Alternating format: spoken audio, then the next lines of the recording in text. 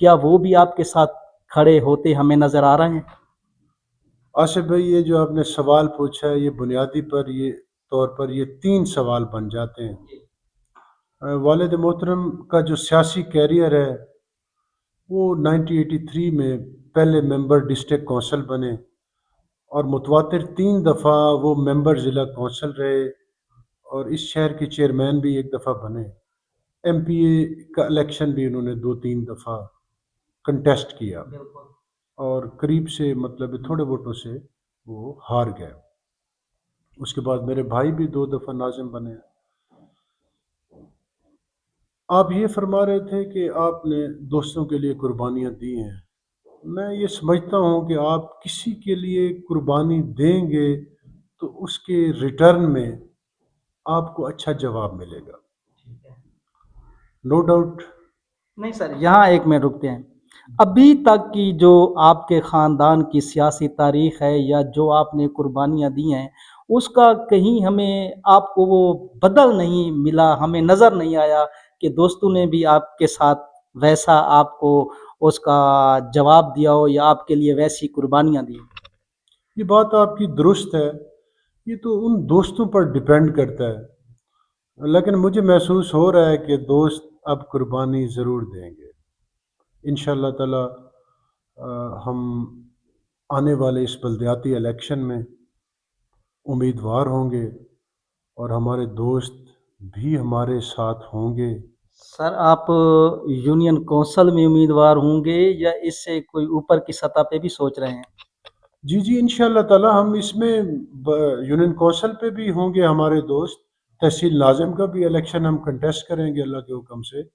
جمہوری ملک ہے، جمہوری ہمارا صوبہ ہے، ہم تو حصہ لیں گے اللہ کے حکم سے اور انشاءاللہ کامیابی ملے گی آصف بھائی۔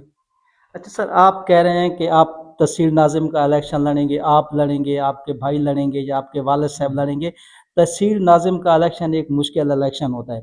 کیا کوئی اس حوالے سے یہاں کے جو ہمارے مقامی سیاستدان ہیں یا جن کے ساتھ آپ کا اتحاد رہا ہے ان کے ساتھ آپ کی کوئی بات چیت اس حوالے سے چل رہی ہے؟ کیا کوئی اس حوالے سے کوئی حوصلہ افزا یا کوئی ایسی امید آپ کو نظر آتی ہے جی سر، کہ وہ آپ کا ساتھ دیں گے؟ جی میں آپ کہہ رہے تھے تحصیل ناظم کا الیکشن تھوڑا مشکل ہوتا ہے، کوئی الیکشن بھی مشکل نہیں ہوتا سر۔ ٹھیک ہے۔ آپ ایک قدم اٹھائیں تو اللہ آپ کی مدد کرتا ہے۔ ہمارے پہلے بھی بننے والے دوست یہ مثالیں قائم ہیں، وہ میدان دیکھیں، کوئی کام کرنا ہے آپ کو میدان میں آنا پڑے گا۔ گھر اگر لیٹے رہیں بستر پر تو آپ کبھی جیت تو نہیں سکتے، اب میدان میں آپ کو آنا پڑے گا اور اللہ کی ذات اور وہ دوست ساتھ ہوتے ہیں اور کامیابیاں آپ کا قدم چومتی ہیں۔